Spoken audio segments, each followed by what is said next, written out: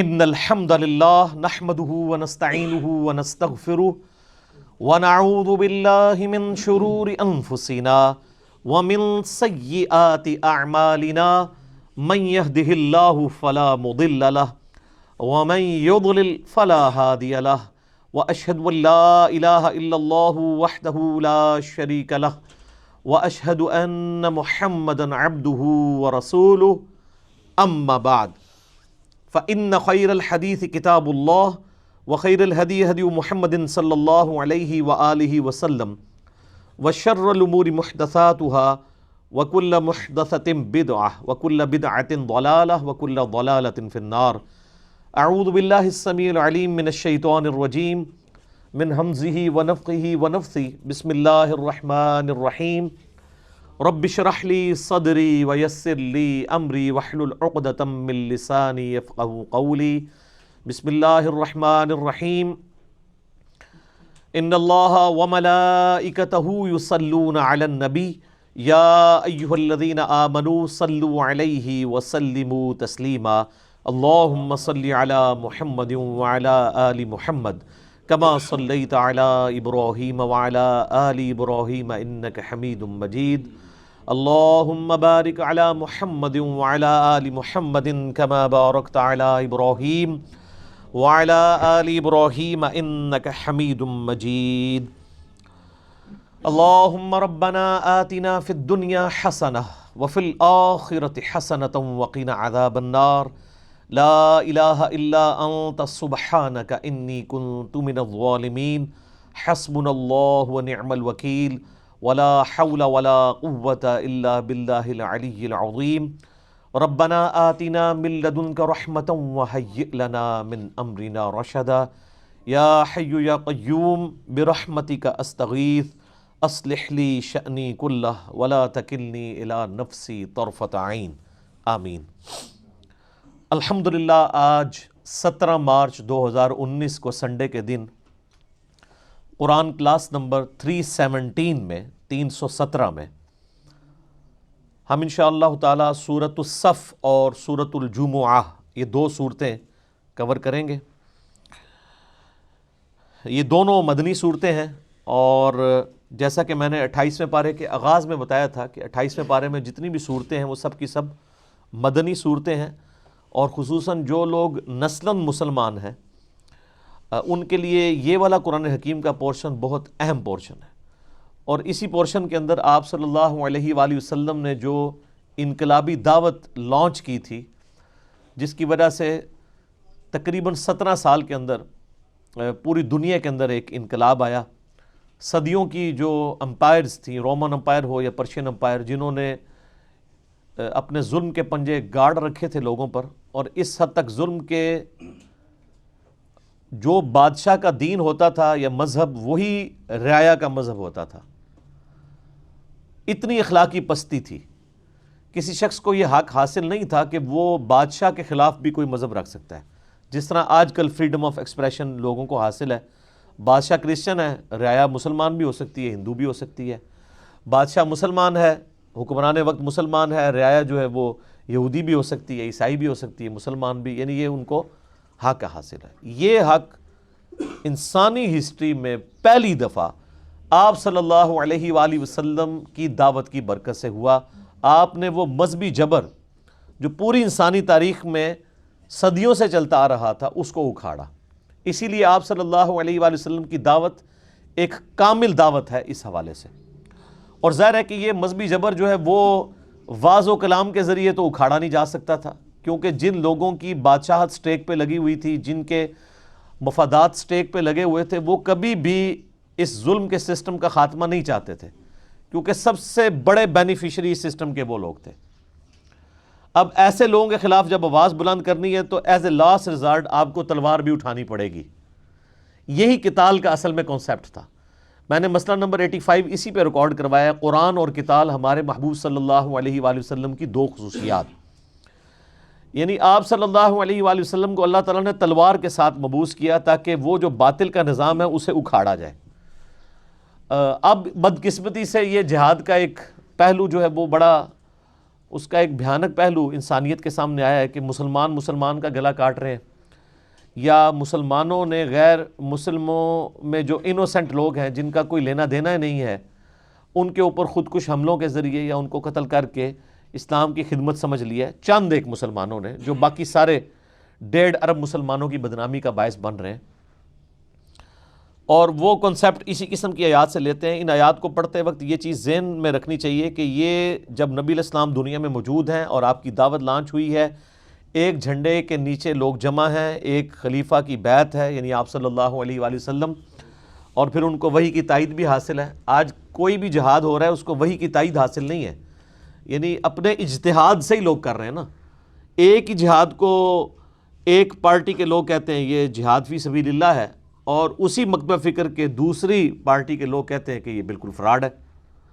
تو اب یہ آج کل کا جو جہاد ہے اس کو ان آیات کے حوالے سے نہیں دیکھنا چاہیے۔ یہ تو پیور جہاد تھا اللہ کی رضا کی خاطر اور اللہ کی وحی کی تائید کے ساتھ۔ جہاد قیامت تک جاری ہے، لیکن اس کی کچھ شرائط ہیں، اس کے کچھ یعنی قواعد اور ضوابط ہیں جن کو ملحوظ خاطر رکھنا ضروری ہے۔ ادروائز یہ جہاد جو ہے وہ اسلام کی بدنامی کا باعث ہی اس ماڈرن دور میں بنا ہوا ہے، بجائے یہ کہ تبلیغ کا ذریعہ بنے۔ تو یہ سورہ الصف کے اندر اللہ تبارک و تعالیٰ نے نبی صلی اللہ علیہ وآلہ وسلم کے اصحاب کو یعنی جھنجھوڑا ہے، اور ظاہر ہے اس میں جھنجھوڑنا زیادہ تر ان لوگوں کو ہے جو بعد میں مسلمان ہوئے تھے۔ شروع کے لوگ جو تھے ان کی تو بڑی صحیح تربیت ہوئی تھی، مکی 13 سال انہوں نے تکلیفوں کے کاٹے ہوئے تھے، وہ تو آپ سمجھیں کندن بن چکے تھے۔ لیکن جو بعد میں لوگ مسلمان ہوئے ان کو اس لیول کی تکلیف نہیں اٹھانی پڑی، اس وجہ سے ان کے ایمان کا لیول اور ان کے انٹلیکچول لیول چیزوں کو سمجھنے کا اور اس دعوت کی اہمیت کا وہ نہیں تھا جو سیدنا ابو بکر، عمر، عثمان و علی رضی اللہ عنہم اجمعین وعلیہم السلام اجمعین یا باقی سابقون الاولون اور انصار کا تھا۔ لہٰذا اب ان کو جھنجھوڑا جا رہا ہے کہ اگر تم نبی پر ایمان لائے ہو، اللہ تعالیٰ کی وحدانیت کو مانا ہے، ان کو اللہ کا ریپریزنٹیٹو مانا ہے، تو اب جو تم نے اللہ سے عہد کیا تھا کہ اپنے نبی کا ساتھ دو گے، اب اس عہد کے اوپر قائم رہنا ہے۔ اور اللہ تعالیٰ کے نزدیک یہ بہت بڑا جرم ہے کہ تم ایک عہد کرو، ایک دعویٰ کرو اور تم اس کے اوپر عمل نہ کرو۔ اور پھر اللہ تبارک و تعالیٰ نے اس کے اندر یعنی اہل ایمان کی خوبی بتائی ہے کہ اللہ تعالیٰ کو کون سے اہل ایمان چاہیے جو اللہ تعالیٰ کی راہ میں جہاد اور قتال کے لیے تیار ہوں، اپنی جان لٹانے کے لیے تیار ہو جائیں، جو اسلام کا سمم بونم ہے۔ ایمینول کانٹ کی فلسفی میں ہائیسٹ گڈ آف اینی فلسفی، وہ سمم بونم کہلاتا ہے، اور اسلام کا سمم بونم جو ہے وہ قتال ہے، کہ کوئی شخص اپنے دین پر اتنا کانفیڈنٹ ہو کہ وہ اپنی جان اللہ کی راہ میں لٹانے کے لیے تیار ہو جائے۔ تو جہاد کے اوپر زور ہوگا۔ اس کے بعد سابقہ جو انبیاء ہیں، دو یعنی بھاری جماعتوں کے پیغمبر، ایک عیسائی، ان کے پیغمبر عیسیٰ علیہ السلام، دوسرے یہودی جن کے ٹاپ آف دا لسٹ پیغمبر سیدنا موسیٰ علیہ نبینا علیہ الصلوۃ والسلام، ان کا ذکر خیر ہلکا سا ہوگا کہ ان کے ساتھیوں نے ان کے ساتھ کتنی وفاداری کی یا کتنی بے وفائی کی۔ پھر نبی علیہ السلام کی بعثت کا مقصد بھی بیان ہوگا کہ باقی ادیان پہ غالب کرنے کے لیے اللہ تعالیٰ نے آپ صلی اللہ علیہ وآلہ وسلم کو لانچ کیا ہے، اور آخرت کی ہمیشہ کی کامیابیاں اگر حاصل کرنی ہیں تو ہمارے نبی علیہ السلام کی دعوت پہ لبیک کہہ کے اپنی جان اللہ کی راہ میں لوٹانے کے لیے تیار ہو جاؤ، یعنی قتال کے لیے۔ ظاہر اب یہ وہ جماعت تیار ہو رہی تھی جس نے تلوار کی زور پہ رومن اور پرشین امپائر کو اکھاڑنا تھا، تو ان کو تو اس لیول کے اوپر لے کے آنا تھا نا کہ وہ ٹکرانے کے لیے تیار ہوں، اتنی سپر پاورز کے ساتھ، بڑے لمیٹڈ ریسورسز اور بڑے لمیٹڈ ویپنز کے ساتھ۔ اور پھر دیکھیں کیسے ٹکرائے ہیں وہ آپ نے اگر فزیکلی دیکھنا ہے تو آپ عمر سیریز دیکھ لیں، جس میں آپ کو نظر آئے گا کہ صحابہ کرام نے کس پیشن کے ساتھ اتنے مختصر سے وقت کے اندر، نہ اس سے پہلے تاریخ میں کوئی مثال ملتی ہے، نہ آج تک اس انسانی تاریخ میں کوئی آپ علیہ السلام کے بعد مثال ملی ہے کہ اتنے مختصر وقت کے اندر اتنی بڑی ریولوشن اور ایسا انقلاب جو آج بھی گلی گلی نظر آ رہا ہے۔ آج اگرچہ ہمیں اتنا غلبہ دنیاوی طور پہ حاصل نہیں ہے، لیکن نبی علیہ السلام کا انقلاب آپ کو گلی گلی نظر آ رہا ہے۔ آپ یورپ میں چلے جائیں، امریکہ میں چلے جائیں، چوراہوں پہ لوگ کھڑے ہو کر نماز پڑھتے ہیں۔ دنیا کا کوئی ملک ایسا نہیں جہاں پہ اللہ کی عبادت کرنے والے، اکیلے اللہ کی عبادت کرنے والے لوگ موجود نہ ہوں۔ حج کے موقع پر 3 سے 4 ملین لوگ جمع ہوتے ہیں، اور مسلمان ملک آلموسٹ اس وقت 56 ملک ہیں، اس سے آدھے ملک بھی کسی اور مذہب کے فالو کرنے والے لوگوں کے نہیں ہیں۔ تو گلی گلی یہ انقلاب نظر آ رہا ہے۔ چاہے وہ ٹوٹی پھوٹی فارم کے اندر ہے لیکن کمٹمنٹ اپنی جگہ عقیدے کے اعتبار سے موجود ہے. تو اس قتال کے حوالے سے ایمفیسائز ہوگا, اور پھر اللہ تبارک و تعالی اینڈ پہ اس صورت کے اعلان ہوگا کہ کون ہے جو اللہ کے دین کی مدد کے لیے ساتھ دے نبی صلی اللہ علیہ وآلہ وسلم کا, جس طرح کے ساتھ دیا تھا عیسیٰ علیہ السلام کے حواریوں نے اپنے وقت کے پیغمبر کا. اور پھر اللہ تعالیٰ نے ان کو الٹیمیٹلی غلبہ دیا. لیکن ظاہر حضرت عیسیٰ علیہ السلام اتنے خوش نصیب نہیں تھے جتنے ہمارے نبی علیہ السلام. حضرت عیسیٰ علیہ السلام کے رفع سماوی یعنی دنیا سے اٹھائے جانے کے آلموسٹ 250 یا تقریباً 300 سال کے بعد ریولوشن آئی ہے. اور وہ کانسٹنٹائن II جو تھا رومن امپائر کا بادشاہ, اس نے عیسائیت قبول کر لی تھی, اس کی وجہ سے پوری رعایا کا مذہب عیسائیت ہو گیا تھا. تو 300 سال یعنی حضرت عیسیٰ علیہ السلام کے فالورز کو لگے ہیں اس دعوت کو اس ایپیکس پہ لے جانے کے لیے. اور پھر یہ کانسٹنٹائن II وہی ہے جس کے نام پہ پھر انہوں نے وہ قسطنطنیہ شہر جو ہے وہ آباد کیا تھا, جو پھر 9ویں صدی ہجری کے اندر سلطان محمد فاتح نے فتح کیا, اور پھر اس کو اس شہر کا نام استنبول رکھ دیا گیا. استنبول کا مطلب ہے اسلام کا گڑھ, یعنی جس طرح ہمارا کیپٹل سٹی اسلام آباد ہے نا, تو ٹرکش لینگویج میں اسلام آباد کی ٹرکش بنے گی استنبول, اسلام کا گڑھ, اسلام ان اے بلک. تو یہ یعنی مسلمانوں نے فتح کیا اور آج تک مسلمانوں کے پاس ہے. یہ وہی کنسٹنٹائن ہے یا قسطنطینیہ جسے کہا جاتا ہے. تو یہ یعنی ریولوشن بڑی محنت کے ساتھ آئی ہے, اور اس ریولوشن میں جو بجلی بھری ہے نا وہ اس قرآن نے بھری ہے.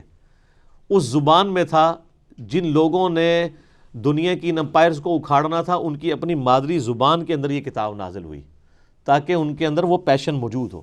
یہ وہ کتاب ہے جس نے ان کے اندر بجلی بھری ہے. تو اب آپ یہ دیکھیں گے, صرف ہم تھوڑا سا ترجمہ اور تفسیری کور کریں گے تو آپ کو اندازہ ہوگا کہ جن کی زبان میں یہ چیز نازل ہو رہی ہوگی تو ان کا پھر ایمان کا اور پیشن کا لیول کس جگہ پہ لائی کرتا ہوگا. اعوذ باللہ من الشیطان الرجیم, بسم اللہ الرحمن الرحیم. سبح للہ ما فی السماوات و ما فی الارض. اللہ کی تسبیح بیان کرتی ہے ہر وہ شے جو آسمانوں میں ہے یا زمین میں. وہو العزیز الحکیم, اور وہ غالب ہے, حکمت والا ہے. یہ آیت مختلف انداز میں پچھلی صورتوں میں بھی آئی ہے, میں آلریڈی اس پہ کافی بول چکا ہوں, اب میں اسے سکپ کرتا ہوں. یا ایھا الذین آمنوا لم تقولون ما لا تفعلون. اے ایمان والو تم وہ بات کیوں کہتے ہو جو کرتے نہیں ہو. یعنی تمہارا دعویٰ ہے کہ تم اللہ پر ایمان لائے ہو, نبی علیہ السلام کو اپنا لیڈر مانا ہے, تو اب کمزوری نہیں دکھانی قتال کے معاملے میں. اگر دعویٰ کیا ہے نا کہ غلامی رسول میں موت بھی قبول ہے, تو اب یہ نہ ہے کہ موت کی باری ہے تو بھاگ جاؤ. کبر مقتا عند اللہ ان تقولوا ما لا تفعلون. اللہ کے نزدیک بہت بڑی ناراضگی کی بات ہے کہ تم وہ بات کہو جو کرتے نہیں ہو. یہ جو تمہارا دعویٰ تھا اس پہ, تو یہ آج کل ہمیں بھی اپنے گریبان میں جھانک کے دیکھنا چاہیے. ہم نے بھی اسلام کا دعویٰ کیا ہے, تو کیا ہم غلامی رسول میں 5 وقت کی نماز پڑھنے کے لیے تیار ہیں؟ غلامی رسول میں ہمیں داڑھی قبول ہے؟ یا غلامی رسول میں کسی عورت کو پردہ کرنا قبول ہے؟ یہ صرف نعرے ہی ہیں. اب اگر تم یہ جاننا چاہتے ہو کہ اللہ تعالیٰ کو کون سے بندے محبوب ہیں, ان اللہ یحب الذین یقاتلون فی سبیلہ, بے شک اللہ کے تو محبوب وہ لوگ ہیں جو اللہ کی راہ میں قتال کرتے ہیں. جہاد نہیں, جہاد کے اعلیٰ ترین شکل قتال یعنی جنگ کے لیے.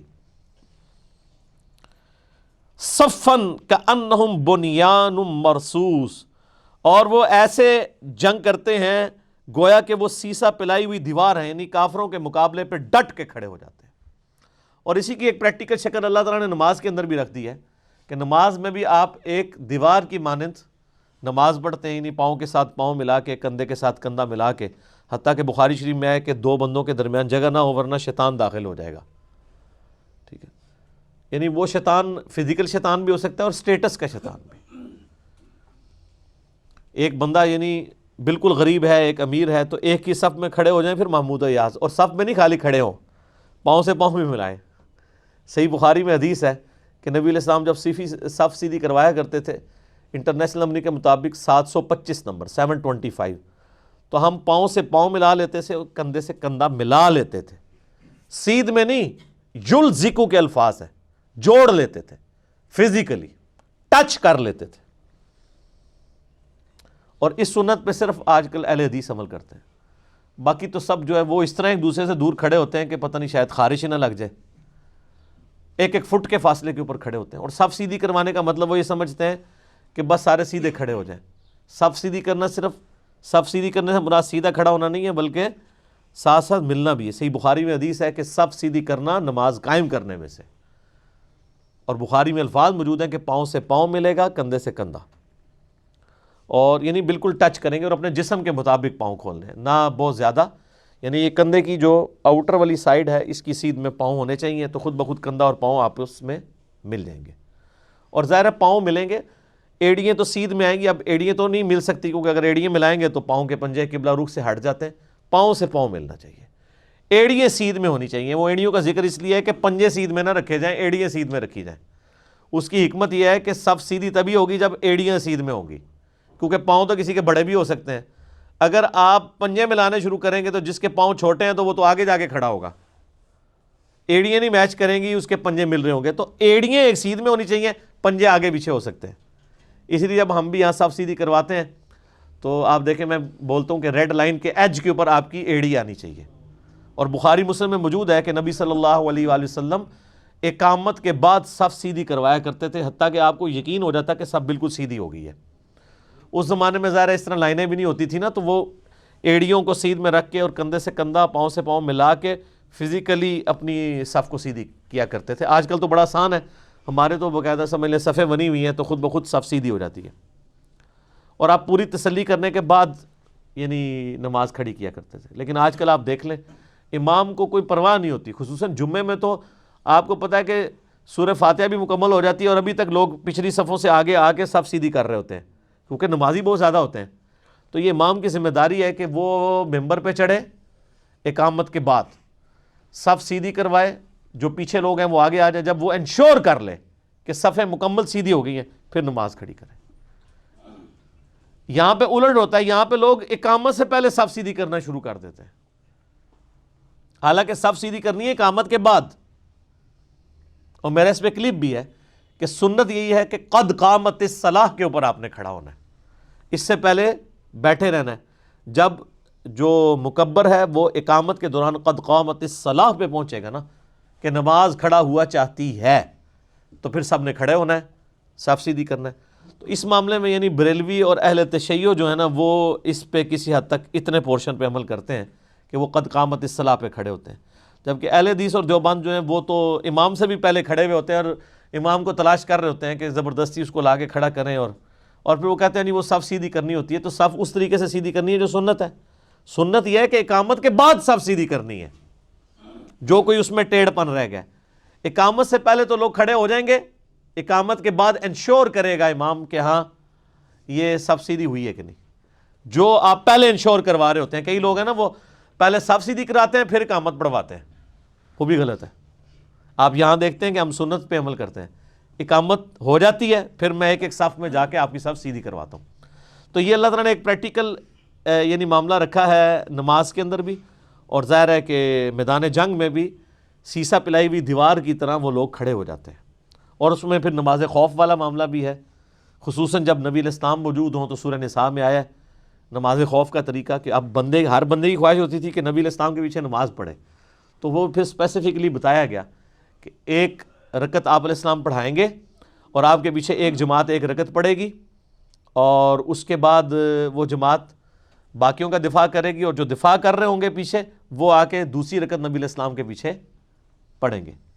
اور جب نبی علیہ السلام سلام پھیر دیں گے تو وہ اپنی وہ رکعت مکمل دوسری کریں گے، اس کے بعد وہ دوسرے والے اپنی رکعت مکمل کریں گے، جسے نماز خوف بھی کہا جاتا ہے.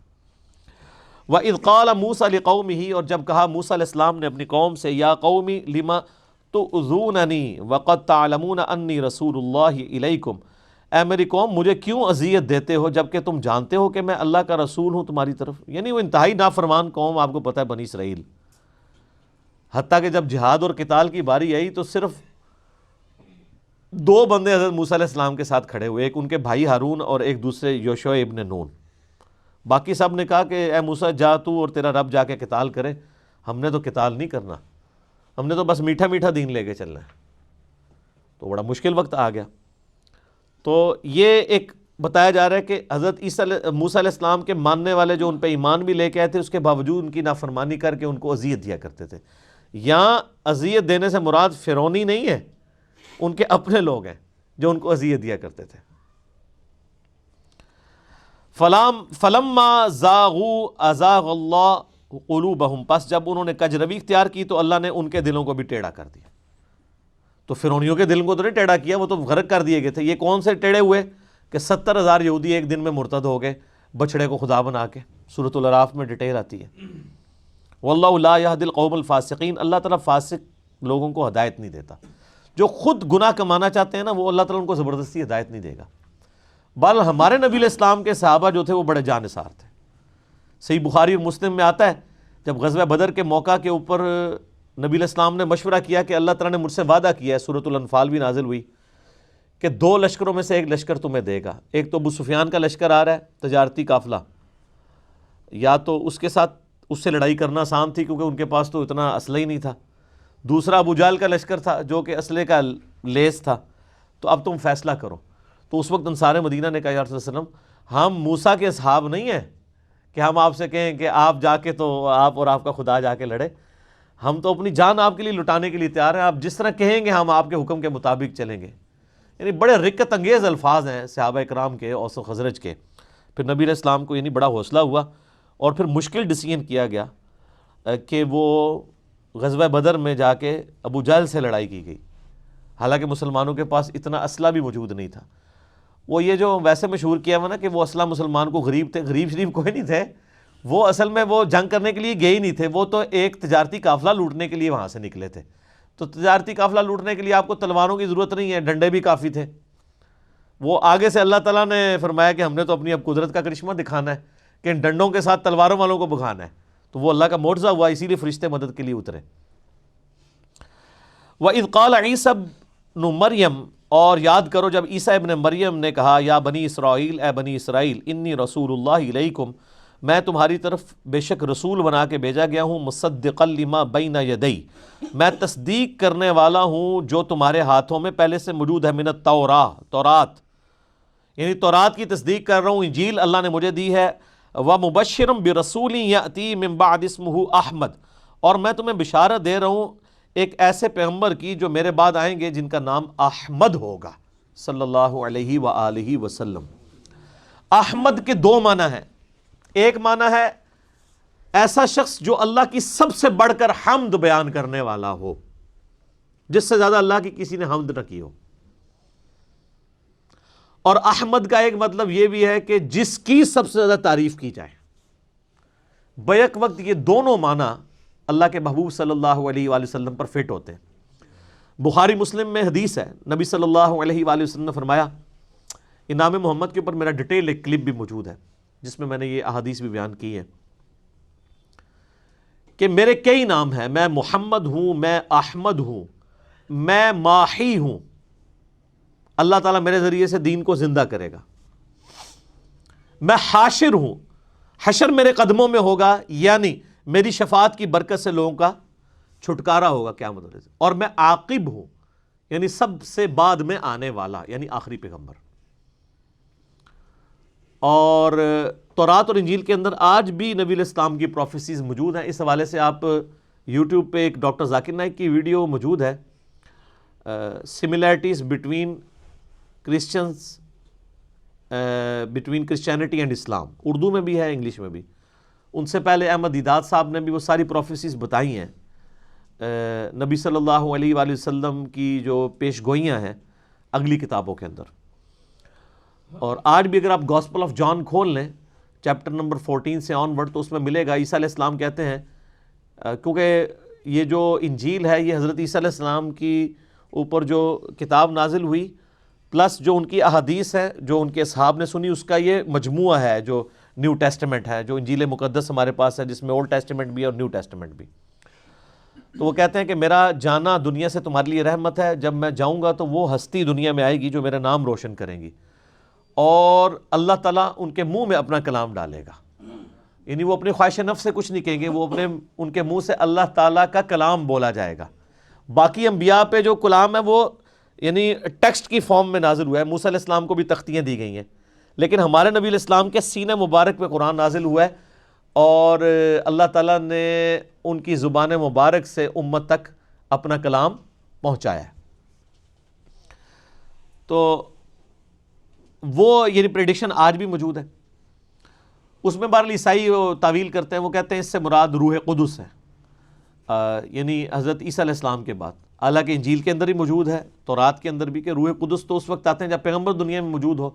دوسرا، روح قدس نے آ کے کون سا عیسیٰ علیہ السلام کا نام روشن کیا ہے؟ عیسیٰ علیہ السلام کا نام اگر ان کے بعد کسی نے روشن کیا ہے تو وہ محمد رسول اللہ ہے صلی اللہ علیہ وآلہ وسلم. آج قرآن کے اندر ہمارے نبی علیہ السلام کی ماں کے نام کے اوپر تو صورت کیا ہے، ان کا نام ہی کوئی نہیں ہے، جبکہ قرآن پاک میں کم از کم 25 دفعہ آیا عیسیٰ ابن مریم، عیسیٰ ابن مریم، اور سورہ مریم ان کی ماں کے نام پہ پوری صورت ہے.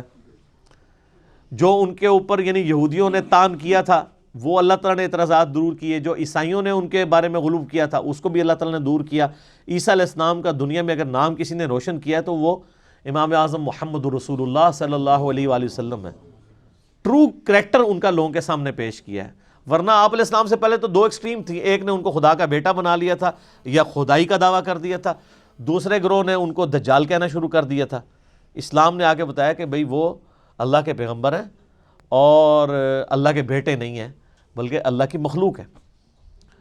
اور پھر جو تورات میں اگر آپ کتاب الاستثناء ہے چیپٹر نمبر 18 اس کا آپ پڑھ لیں، ڈیوٹرونومی، اس کے اندر حضرت موسیٰ علیہ السلام کی بھی پریڈکشن موجود ہے نبی علیہ السلام کے بارے میں، کہ یعنی وہ آخری پیغمبر کی نشانی، یعنی موسیٰ علیہ السلام کی طرف وہی نازل ہوئی کہ میں ان کے بھائیوں میں سے تیری مانند ایک رسول اٹھاؤں گا،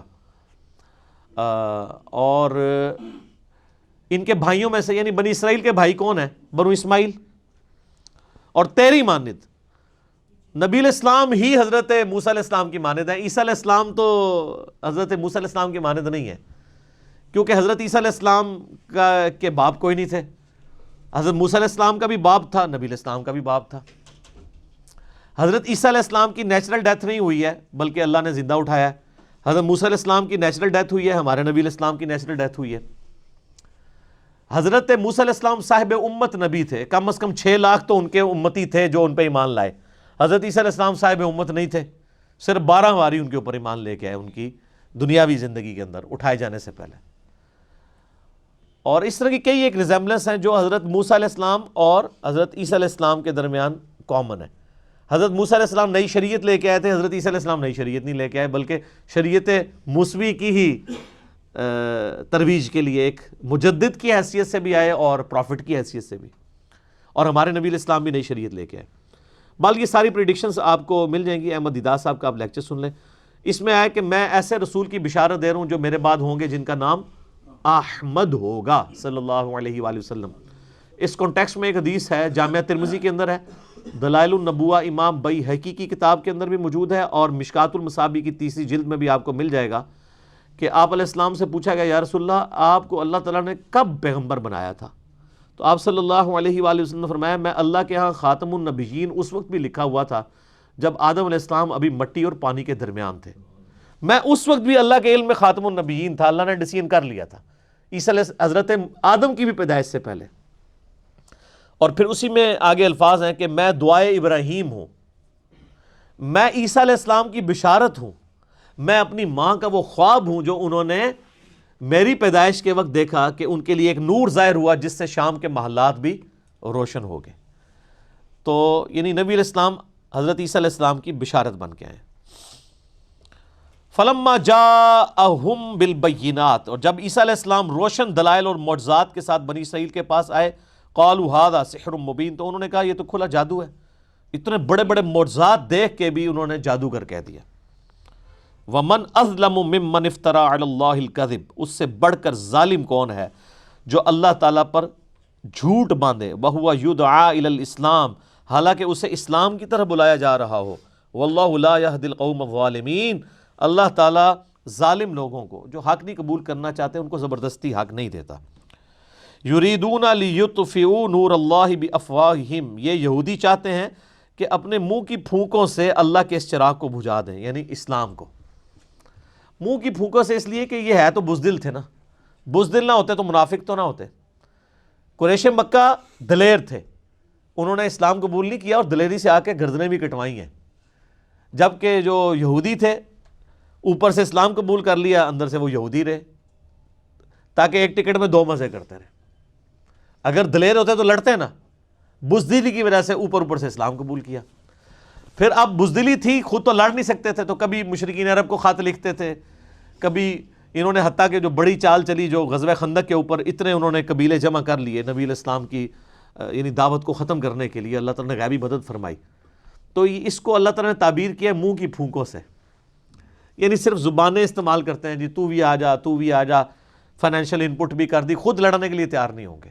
تو اللہ تعالیٰ فرماتا ہے یہ چراغ نہیں بجھا سکتے، واللہ متم نورہ، اللہ تعالیٰ اپنے نور کا اتمام کر کے، اسے مکمل کر کے رہے گا، ولو کرہ الکافرون، چاہے کافر اس کی کا برا ہی مانے، کراہت ہی کرے۔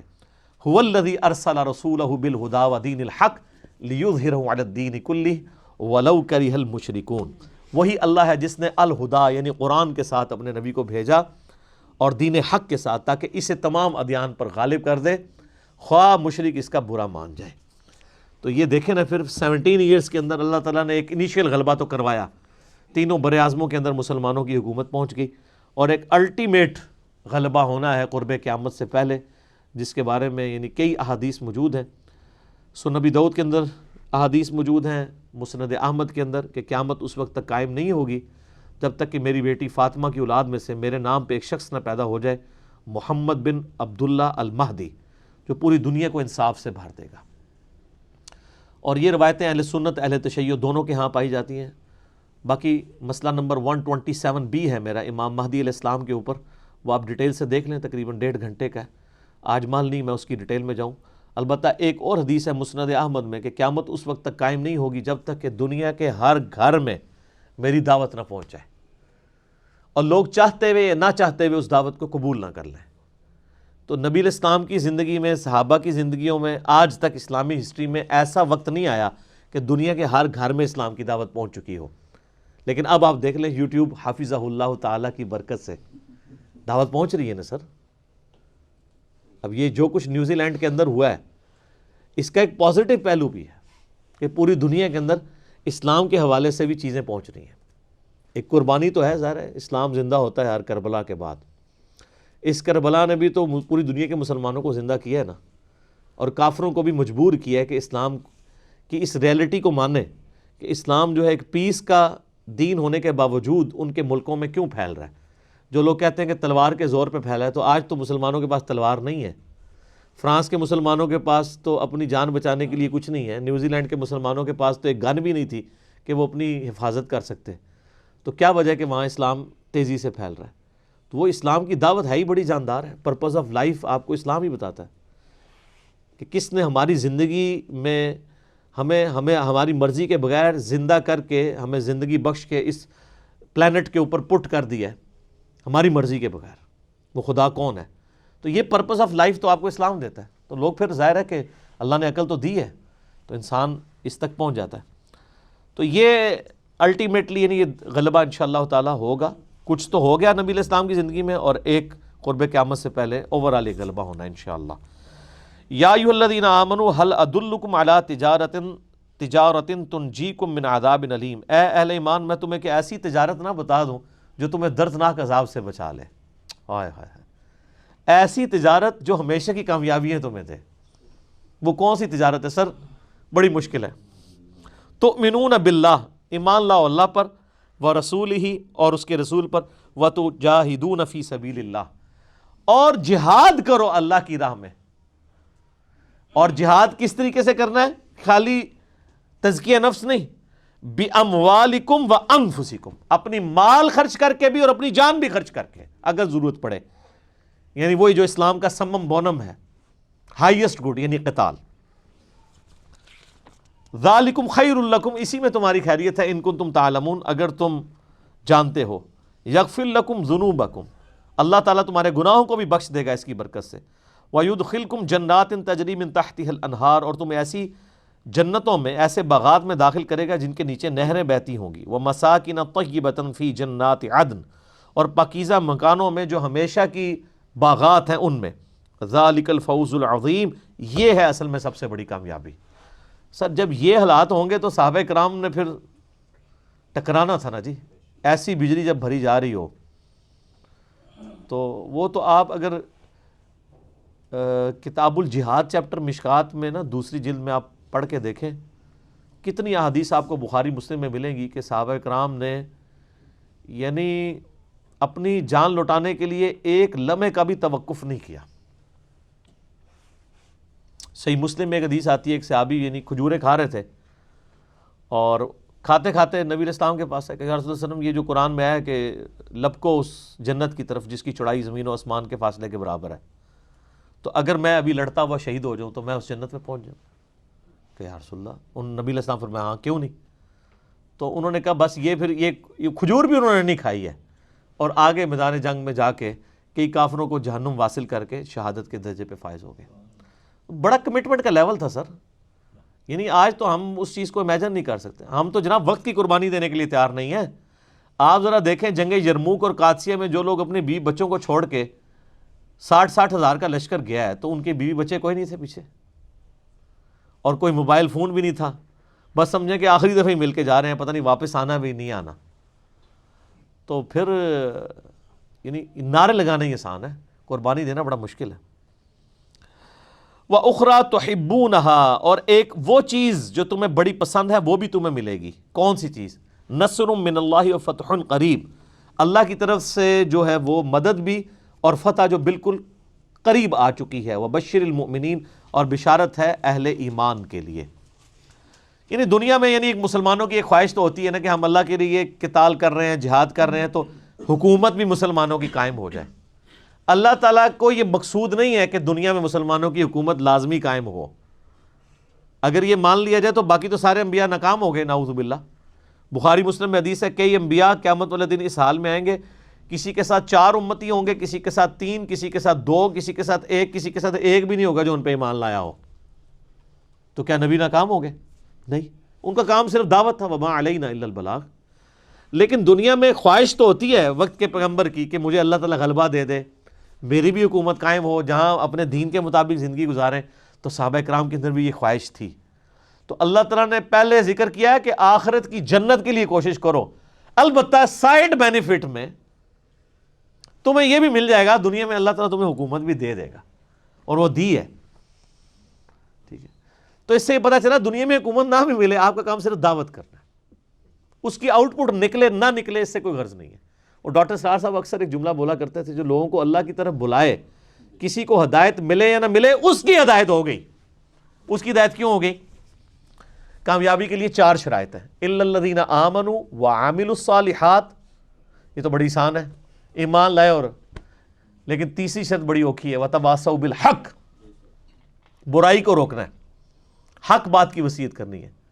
اور اس کے بعد پھینٹی کنفرم, وتواصوا بالصبر, پھر صبر بھی کرنا ہے. ظاہر ہے جی پھینٹی تھی صبر ہے, پھینٹی کنفرم, صبر کرنا ہے. تو پہلی 2 شرائط تو بہت آسان ہے, اصل مسئلہ ہی دوسری 2 شرائط کا. اس لیے آپ کو جتنے بھی لوگ واعظین نظر آئیں گے نا تو آپ کو میٹھی میٹھی باتیں کرتے نظر آئیں گے, کیونکہ وہ جنت میں نہیں جانا چاہتے. جنت میں جانے کے لیے تو 4 شرائط ہیں, اور یہ ایٹ لیسٹ ہے. کیونکہ کیا ہے, والعصر ان الانسان لفی خسر, کیٹاگوریکل ڈنایا ہے کہ سارے انسان ہی خسارے میں ہے. البتہ جو یہ 4 کام کر لیں. مجھے بتائیں, اگر کسی کلاس کو پاس کرنے کے لیے 4 سبجیکٹ ہوں اور آپ 2 میں پاس ہوں اور 2 میں بالکل 0 نمبر لے کے فیل ہو رہے ہوں,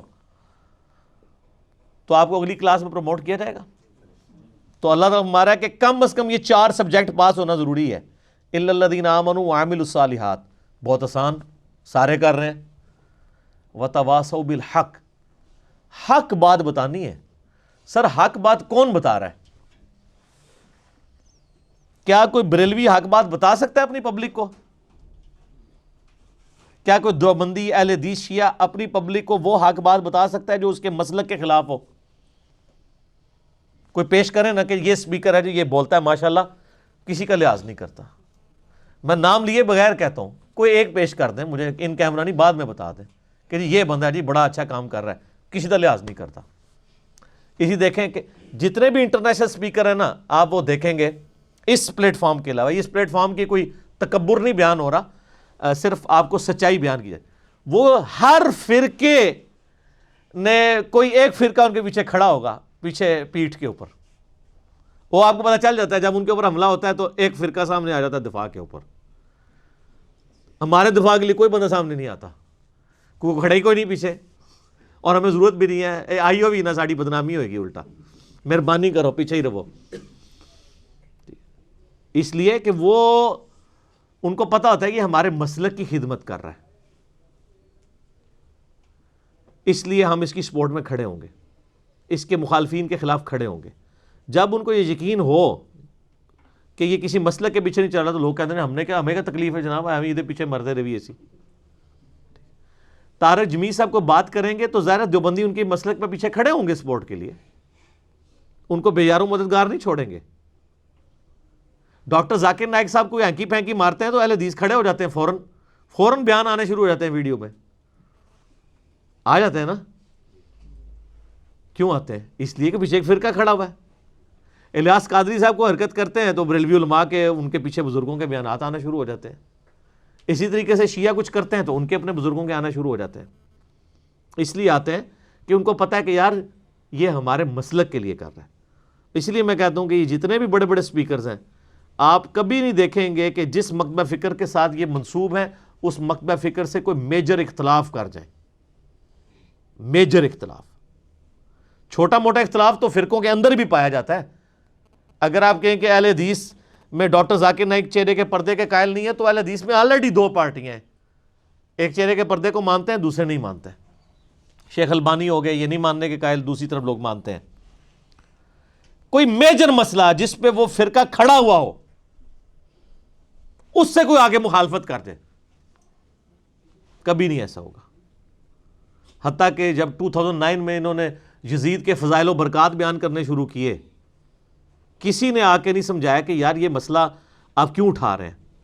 جب انہوں نے گند مچایا اور اس گند کو میں صاف کرنے کے لیے پبلک میں آیا تو مجھے سارے سمجھانے لگ پڑے, جی اور چھڈو جی قیامت دن پوچھا جائے گا. تو ڈاکٹر ذاکر نائک نو پوچھا جانا سی یزید دے بارے جڑا ایڈا وڈا انہیں گند کیتا ہے, اس کو کسی نے نہیں سمجھایا. کیوں کہ اس کو جس نے سمجھانا تھا نا وہ اس فرقے کو آلریڈی وہ پارٹی یزیدی ہے, ان کو تو کوئی اس کی وجہ سے نقصان ہو ہی نہیں رہا, وہ تو پروموٹر ہیں یزید کے.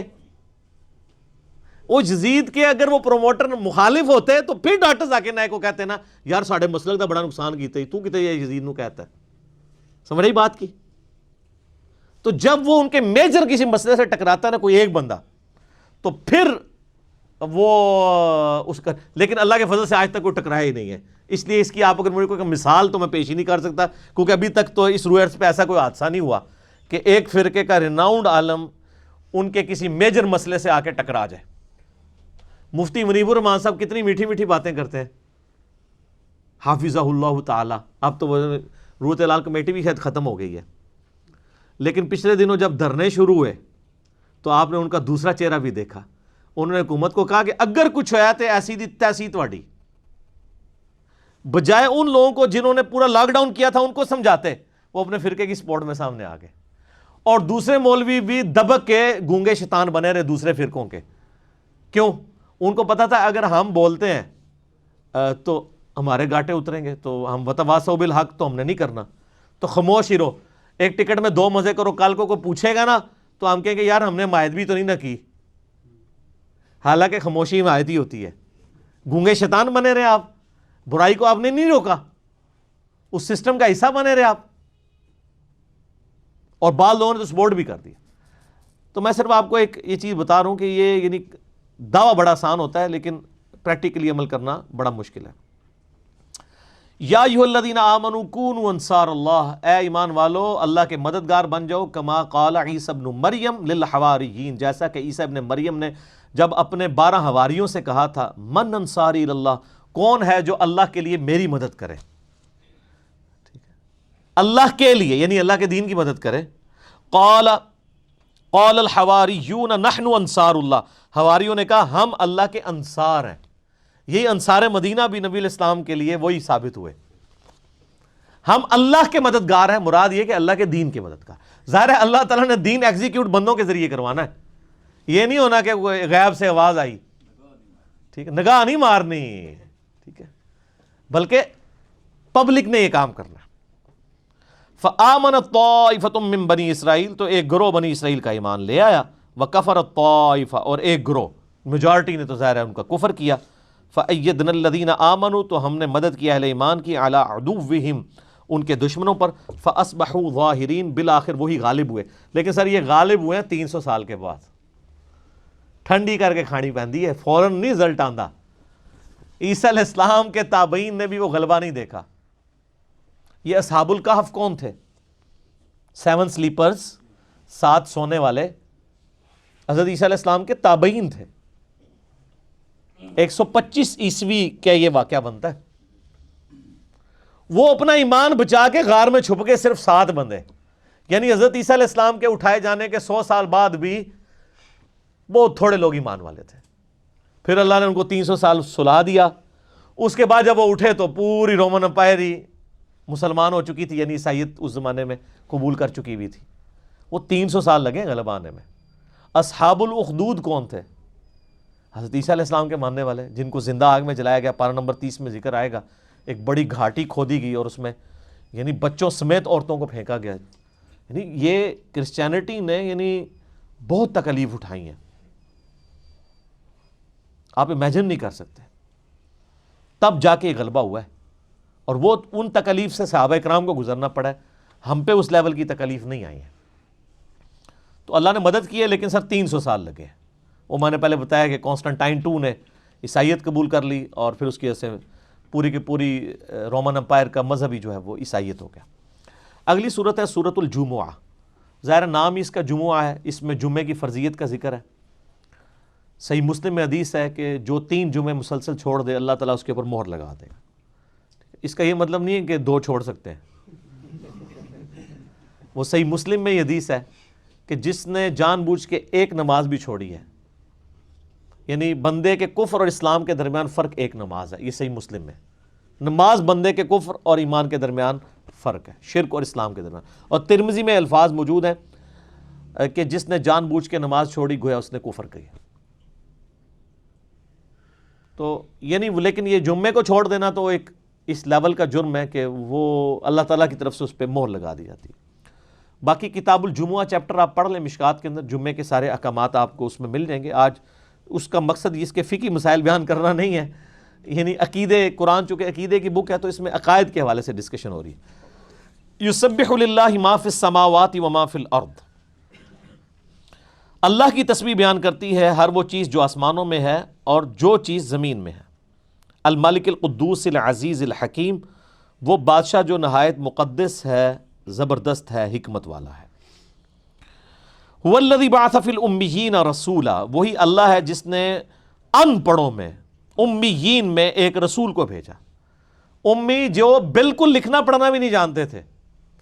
کسی فلاسفروں میں نہیں آیا رسول. اگر کسی فلاسفروں کی سرزمین میں آتا، کوئی یونان میں آ جاتا، تو یونان میں تو پہلے بھی انٹلیکچوئلز پیدا ہوئے تھے، اتنا بڑا کارنامہ نہ ہوتا. بالکل اجڑ ان پڑھ لوگوں میں اللہ نے پیغمبر بھیج کے ان ان پڑھوں کے ذریعے پوری دنیا پہ غلبہ کروایا دین کا، یہ ثابت کرنے کے لیے کہ پیچھے اللہ ہے. اللہ کے یعنی معجزہ قدرت کا کرشمہ اسی صورت میں ظاہر ہو سکتا تھا. یتلو علیہم آیاتہ، جو ان پر آیات تلاوت کرتا ہے، ویزکیہم، اور ان کا تزکیہ کرتا ہے، ویعلمہم الکتاب والحکمہ، اور انہیں کتاب و حکمت کی تعلیم دیتا ہے. وَإِن كَانُوا مِن قَبْلُ لَفِي ضَلَالٍ مُبِينٍ، اور قرآن کے نزول سے پہلے یہ لوگ کھلی گمراہی میں تھے. یعنی صحابہ کرام بھی قرآن سے پہلے گمراہی میں تھے، قرآن نے ان کو گمراہی سے ہدایت کی طرف لانے کا ذریعہ بنا. اور ہم قرآن آنے کے بعد بھی گمراہی میں، کوئی قرآن پڑھتے نہیں ہیں. اور قرآن اللہ طرف بارہ ہے ان کی زبان میں، ان پہ آیات تلاوت کرتا ہے وقت کا پیغمبر، اور اس سے ان کا تزکیہ ہوتا ہے. اس سے یہ بھی بات پتہ چلی کہ کوئی کسی کو پی ایچ ڈی کی ڈگری حاصل کرنے کی ضرورت نہیں ہے تزکیہ نفس کے لیے. قرآن اگر اس کو سمجھ آ رہا ہے تذکیر کے پوائنٹ آف ویو سے، تو ظاہر ہے کہ جتنے صحابہ کرام تھے چند ایک لکھنا پڑھنا جانتے تھے، بہت تھوڑے، زیادہ تر تو نہ لکھ سکتے تھے نہ پڑھ سکتے تھے. صرف قرآن سن سن کے، یہ حافظ بھی تھے نا جو یہ نہ سمجھے کہ ان کے پاس مصحف تھے، نبی علیہ السلام کی تلاوت سن سن کے پیچھے کھڑے ہو کے زبانی یاد کیا تھا. بخاری مسلم میں آتا ہے، عبداللہ ابن مسعود کہتے ہیں میں نے قرآن کی 80 صورتیں نبی علیہ السلام کے پیچھے سن سن کے یاد کی ہیں.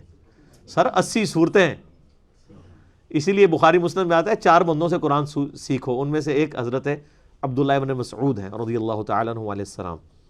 وہ سن سن کے یاد کرتے تھے، اور اب کا حافظہ کمال کا تھا، کمال کا حافظہ تھا ان کا. تو اللہ فرماتا ہے کہ اولین مخاطب، اولین جو مدعو ہیں ہمارے نبی علیہ السلام کے، وہ ہیں مشرکین عرب جو امی ہیں. ام القرا قرآن پاک میں سورہ شورا میں مکے کے لیے بھی، یعنی تمام بستیوں کی ماں. تو آپ علیہ السلام کے جو اولین مخاطب تھے، جن کی طرف نبی علیہ السلام پیغمبر بنا کے بھیجے گئے اور ان پہ حجت تمام کی، وہ عرب کے لوگ تھے. اسی لیے ان کے بارے میں آیا ہے سورہ توبہ میں، وہ بھی 23 سالہ دعوت کے بعد، کہ اب جو کوئی ایمان نہیں لائے گا 4 مہینے کا ٹائم ہے، یا تو عرب کی سرزمین چھوڑ کے چلا جائے، ادروائز اسے قتل کیا جائے گا. کیونکہ رسولوں کا انکار کرنے پر اللہ کی طرف سے عذاب تو آتا تھا. تو سورہ توبہ کی آیت نمبر 14 میں آیا کہ اس دفعہ اللہ نے عذاب کا طریقہ یہ کیا ہے کہ مسلمانوں تمہاری تلواروں کے ذریعے اللہ تعالیٰ ان کو قتل کروائے گا. اینڈ رزلٹ تو سیم ہے، چاہے آسمان سے پتھر نازل ہوتے مکے کے لوگوں کے اوپر جو ایمان نہیں لے کے آئے تھے، کیونکہ ایک ٹائم پیریڈ کے بعد تو پھر پتھر نازل ہوتے ہیں نا.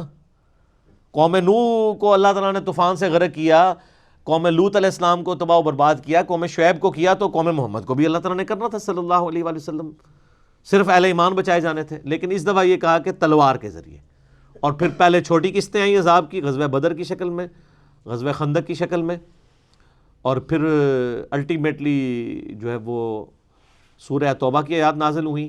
فتح مکہ کے بعد یعنی اناؤنسمنٹ کی گئی، یا تو اسلام قبول کرو یا عرب کی سرزمین چھوڑ کے چلے جاؤ، ادروائز عرب میں نہیں رہ سکتے، کیونکہ عرب کے لوگوں پر اللہ نے اپنے پیغمبر کے ذریعے حجت تمام کر دی. یہاں کوئی زندہ نہیں رہ سکتا کہ نبی کی وہ دعوت قبول نہ کرے. تو وہ کیا ہونا تھا، اللہ کی طرف سے عذاب آنا تھا، تو وہ قتل کی شکل میں آ گیا. اسی پہ میرا لیکچر ہے مسئلہ 85، قرآن اور قتال ہمارے نبی علیہ السلام کی 2 خصوصیات. تو اللہ تعالیٰ فرماتا ہے کہ اس نبی کے آنے سے پہلے یہ لوگ کھلی گمراہی میں تھے. وَآخَرِينَ مِنْهُمْ لَمَّا يَلْحَقُوا بِهِمْ، اور ابھی تو اور لوگ ہیں جو ابھی ان سے آ کے ملے نہیں ہیں، یعنی ابھی تابعین تبع تابعین دوسرے علاقوں کے لوگوں نے تو ابھی مسلمان ہونا ہے. یعنی اولین مدعو کون ہے؟ مشرکین عرب، اور اس کے بعد پھر یہ سرکل پھیلتا جائے گا، عجم میں بھی جائے گا، اور پھر آپ دیکھیں کہاں تک پہنچا ہے. رومن اور پرشین امپائر بھی گری ہیں، دنیا کے 7 براعظموں تک یہ دعوت پہنچی ہے. تو آہستہ آہستہ کرتے کرتے کرتے وہ تاتاری جو اسلام کے دشمن تھے، انہوں نے اسلام قبول کر لیا. ہمارے سب کانٹیننٹ میں ہم ہند کے رہنے والے لوگ تھے، ہم تو اولین مخاطب نہیں تھے. ہندوستان میں بھی اسلام آ گیا، افریقہ میں بھی اسلام چلا گیا، ٹھیک ہے، یورپ میں بھی چلا گیا. 300 سال 400 سال تک سلطنت عثمانیہ رہی، آج بھی چلے وہ سلطنت نہیں. ٹرکی ایک شہر یعنی ملک رہ گیا، باقی مسلمان تو وہاں پہ بھی موجود ہیں. تو اس کی پریڈکشن پہلے ہی تھی کہ ابھی اور لوگ ہیں جو ان کو آ کے ملیں گے. وَهُوَ الْعَزِيزُ الْحَكِيمُ، اور اللہ تعالیٰ غالب ہے اور حکمت والا ہے. اس آیت کے کانٹیکسٹ میں ایک حدیث ہے بخاری و مسلم کی جو مس یوز کی ہے، قادیانیوں نے بھی مس یوز کی ہے اور حنفیوں نے بھی. میرا اس کے اوپر آلریڈی ایک کلپ ریکارڈڈ موجود ہے. امام ابو حنیفہ رحمہ اللہ کا ذکر قرآن پاک میں، ایک طرف ڈاکٹر اسرار کی تصویر ہے، ایک طرف میری ہے. ڈاکٹر اسرار صاحب نے بھی ایک لیکچر میں کہہ دیا اس آیت میں امام حنیفہ کا ذکر ہے، مجھے تو نہیں نظر آیا، ان کو پتہ نہیں کہاں سے نظر آ گیا. تو وہ ایک حدیث کے ساتھ جوڑتے تھے، حالانکہ حدیث بالکل آؤٹ آف کانٹیکسٹ ہے. وہ حدیث بخاری مسلم دونوں میں، مشکات میں 30 جلد میں آپ کو قریش کے فضائل والے چیپٹر میں مل جائے گی، صحابہ کرام کے فضائل میں. اس میں الفاظ موجود ہیں کہ نبی علیہ السلام سے اس آیت کے بارے میں صحابہ نے پوچھا یہ کون سے لوگ ہیں جو ہمیں بعد میں آ کے ملیں گے. تو آپ صلی اللہ علیہ وآلہ وسلم نے کیا فرمایا؟ آپ صلی اللہ علیہ وآلہ وسلم نے فرمایا آپ کے پاس سلمان فارسی بیٹھے ہوئے تھے. سلمان فارسی کون تھے؟ جو پہلے آتش پرست تھے، پھر یہودی ہوئے، پھر عیسائی ہوئے، پھر مسلمان ہو گئے. اتنے انہوں نے مذاہب بدلے. اس سے یہ بھی بات پتہ چلی کہ مذاہب بدلنا صحابہ کی سنت ہے. ایسا ہم لوگ کہتے ہیں تسی بریلوی سو پہلے، پھر دیوبندی ہوئے، پہلے حدیث ہوئے، ان کافر ہو جاؤ گے. نہیں سر، ان بھی مسلمان ہی ہیں. جس طرح سلمان فارسی پہلے آتش پرست، پھر یہودی ہوئے، پھر وہ عیسائی ہوئے، پھر مسلمان ہو گئے. تو ایسے ہی مسلمان ہو گیا اللہ دے فضل. تو جب بھی کوئی حق بات پتہ چلے وہ ایکسیپٹ کرنی. تو نبی علیہ السلام نے حضرت سلمان فارسی کے کندھے پہ ہاتھ رکھا اور آپ نے فرمایا کہ دین اگر ثریا ستارے کی چوٹی پہ بھی ہوتا نا تو فارس کے لوگ وہاں سے بھی حاصل کر لیتے. یعنی یہ دیکھو یہ فارسی ہے, ایران سے چلا ہے, یہاں پہ پہنچ ہی گیا نا, پوچھتا پوچھاتا اسلام اس نے قبول کر لیا ہے. تو فارس کے لوگوں کی نبی علیہ السلام نے تعریف کی, اور ظاہر ہے کہ وہ منطق کے اور فلسفے کے بھی اور ہر فیلڈ کے وہ امام تھے. ایران جو پرشین امپائر تھی, یعنی یہ گڑھ رہا ہے آپ سمجھیں علم کا. پھر جب مسلمان بھی آپ دیکھیں, مسلمانوں میں بھی عربی کے بعد سب سے زیادہ نالج آپ کو فارسی زبان میں ملے گا. ہمارے سب کانٹیننٹ کی بھی زبان جو ہے پاکستان بننے سے پہلے فارسی تھی. تو فارس کا انفلوئنس یعنی پوری دنیا کے اوپر رہا ہے مسلمانوں کا. اسلام سے پہلے بھی یہاں پہ بڑے انٹلیکچوئلز پیدا ہوئے اور بعد میں بھی. تو وہ کہتے ہیں یہ جو اس میں ہے نا کہ فارس کے لوگ یعنی حاصل کر لیتے, تو ظاہر ہے اس میں تو اولین مخاطب تو حضرت سلمان فارسی کو نبی علیہ السلام نے کیا تھا. اب قادیانی کہتے ہیں نہیں جی اس میں غلامت قادیانی شامل ہے, کیونکہ وہ بھی پیچھے سے ایران سے ان کی لڑی ملتی ہے جا کے. وہ تو سر جدی جدی لڑی مل رہی ہے اور سارے قید نظی شامل ہیں.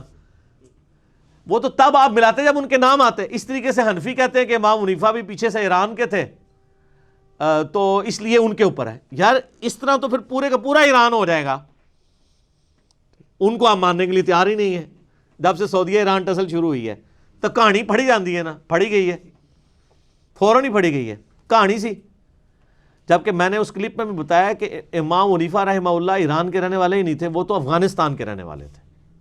ان کے آباء و اجداد یہاں سے ہجرت کر کے وہاں گئے تھے. اور اگر آپ نے اولین مخاطب حضرت سلمان فارسی کے بعد متاخرین میں سے کسی کو لینا تو ان لوگوں کو لیں جو لوگ واقعی ایران کے رہنے والے, وہاں پہ پیدا ہوئے, ان کی کنٹریبیوشن ہے. تو میں نے اس میں ٹاپ آف دا لسٹ بتایا امام مسلم. آج بھی نیشا پور شہر ہے جہاں کے امام مسلم بن حجاج القشیری رہنے والے تھے. کشیریہ ان کا قبیلہ تھا, اور نیشا پور اسے آج آپ یوٹیوب پہ جا کے یا گوگل میں لکھیں نیشا پور. امام حاکم جنہوں نے مستدل الحاکم لکھی وہ بھی نیشا پور کے تھے.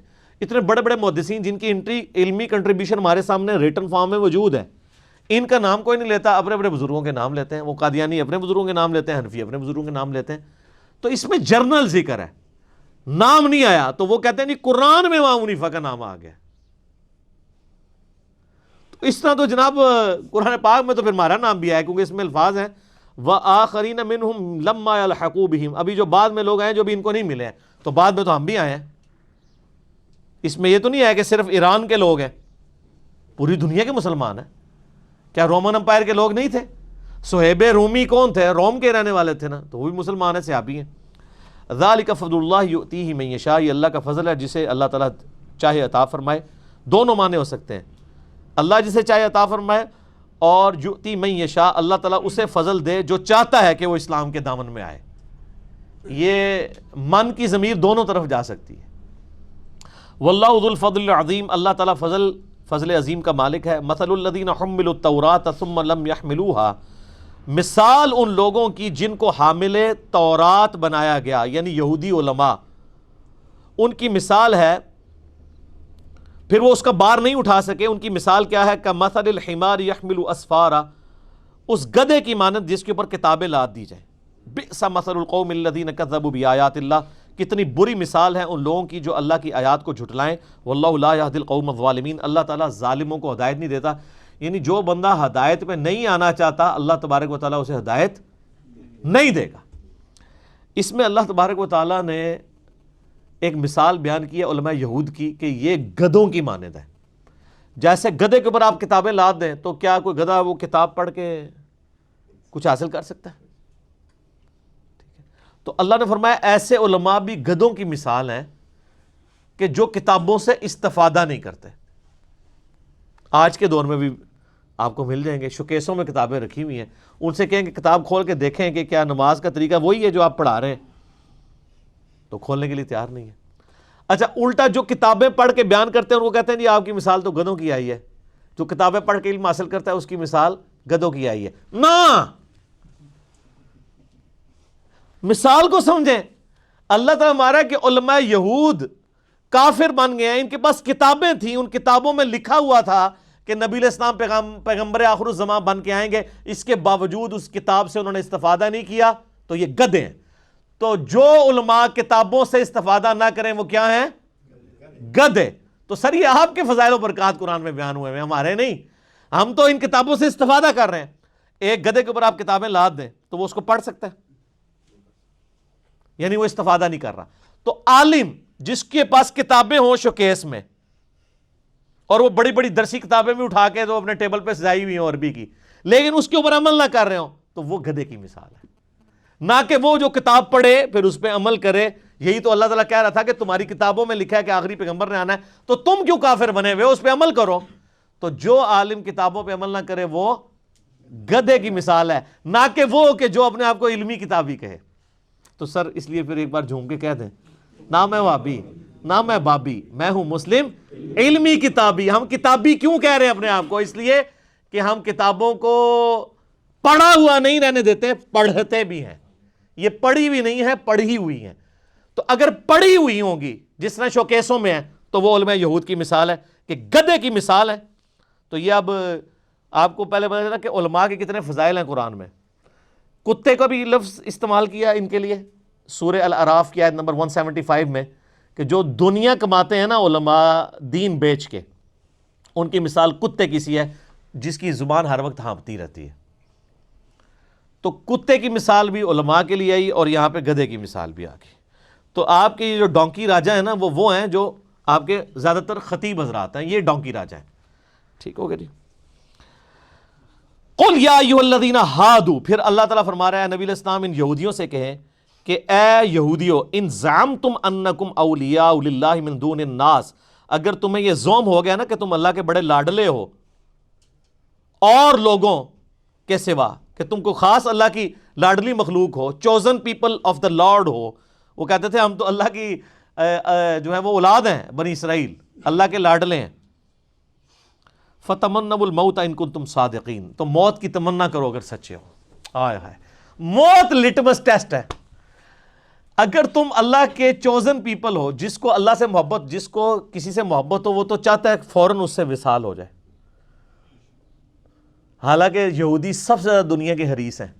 تو اللہ تعالیٰ فرماتا ہے اگر تم اللہ کے چوزن پیپل ہو, چنے ہوئے لوگ ہو, اللہ کے بڑے لاڈلے ہو, تو تمہیں تو ہر وقت یہ خواہش ہونی چاہیے کہ ہم مر کے اللہ کے پاس پہنچ جائیں, اپنے رب کا دیدار کریں. تو پھر موت مانگا کرو اللہ سے. یہ چیک پوائنٹ ہے, موت مانگو. تو اللہ تعالیٰ کیا خود فتوے کو جواب بھی خود دے رہا ہے, وَلَا يَتَمَنَّوْنَهُ أَبَدًا بِمَا قَدَّمَتْ أَيْدِيهِمْ, یہ کبھی بھی موت کی تمنا نہیں کریں گے. ان کو پتہ ہے انہوں نے جو اپنے کرتوت آگے بھیجے ہوئے ہیں. وَأَنْتُمْ تَعْلَمُونَ, وہ جانتے تھے, ان کو پتہ تھا تورات کے اندر کون سی ہم نے تبدیلیاں کی ہیں اور کون سی تعریفات کی ہیں. وَاللَّهُ عَلِيمٌ بِالظَّالِمِينَ, اللہ تعالیٰ ظالموں کو خوب جانتا ہے. قُلْ إِنَّ الْمَوْتَ الَّذِي تَفِرُّونَ مِنْهُ, اے نبی فرما دیجئے کہ موت جس سے تم بھاگتے ہو وہ خود آ کے تمہیں ملے گی. فَإِنَّهُ مُلَاقِيكُمْ, وہ تم سے ملاقات کرے گی آ کے موت. ثُمَّ تُرَدُّونَ إِلَىٰ عَالِمِ الْغَيْبِ وَالشَّهَادَةِ, موت سے نہیں تم بھاگ کے جا سکتے. سورہ نساء میں آتا ہے اپنے آپ کو مضبوط قلعوں میں بھی بند کر لو, موت تمہیں وہاں بھی آ کے رہے گی. کل میں وہ دیکھ رہا تھا کہ ایک افغانستان سے بندہ, احمد خان اس کا نام تھا, تو وہ اپنی جان بچا کے نیوزی لینڈ گیا ہوا تھا, تو اس مسجد میں وہ بھی شہید ہو گیا. سر یہ بھی پہلو دیکھیں, یہ جتنے لوگ شہید ہوئے ہیں اللہ تعالیٰ ان کا انجام انشاءاللہ بہتر کرے گا, لیکن اس کا یہ ایک پہلو یہ ہے کہ ان میں سے اکثر لوگ وہ ہیں جو اپنی جان اور مال کی حفاظت کے لیے ان ملکوں میں گئے ہوئے ہیں. کہ جی پاکستان میں تو خود کش حملے ہوتے ہیں, یہاں کی کوئی لائف ہے, ٹھیک ہے, ادھر سکون سے زندگی گزاریں گے. تو وہ وہاں پہ ان کو اللہ نے آگے پکڑا ہے, ظاہر تقدیر غالب ہوئی ہے نا, ان کا موت کا وقت لکھا ہوا تھا. ایگزیکیوشن تو بندوں کے ذریعے ہوتی ہے, کبھی کسی وبائی مرض سے بھی ہو سکتی ہے, زلزلے سے بھی ہو سکتی ہے. تو سر موت جو قرآن پاک میں سورہ نساء میں ہے نا, اپنے آپ کو مضبوط قلعوں میں بھی بند کر لو نا, موت تمہیں وہاں پہ بھی آ کے رہے گی. حتیٰ کہ سورہ آل عمران میں آتا ہے کہ جب کچھ مسلمان شہید ہوئے نا غزوہ احد پہ, تو ان کے رشتہ دار تھے, منافقین تھے, اوپر سے کلمہ گو اندر سے منافق تھے. وہ کہنے لگے کہ ہم نے اپنے بھائیوں کو منع کیا تھا نہ جاؤ اس جنگ میں, نہ یہ جاتے اور نہ مرتے, کیونکہ اس وقت نفیر عام نہیں تھی, آپشنل تھا, چاہے تو جہاد میں حصہ لو چاہے نہ جاؤ.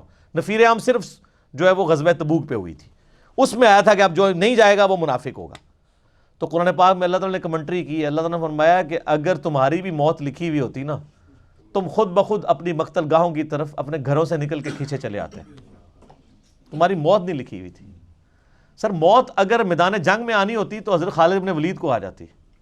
100 سے زیادہ مارکوں میں انہوں نے حصہ لیا ہے, اور جب وہ مرنے لگے ان کے اشعار آج بھی ان کے جو قبر ہے نا اس کی وہ دیوار کے اوپر نا وہ اشعار آج بھی ان کے عربی کے لکھے ہوئے ہیں، جس کا ترجمہ یہ ہے کہ اگر موت جو ہے نا وہ میدان جنگ میں آنی ہوتی نا تو مجھے آ جاتی، میں سینکڑوں معرکوں میں نے حصہ لیا اور فرنٹ سے لیڈ کیا، پیچھے بیٹھ کے نہیں سر، آگے جا کے، اور آج والی جنگ نہیں ویڈیو گیم والی، ہاں تلوار ہے، یا اس نے مرنا ہے یا آپ نے مرنا ہے۔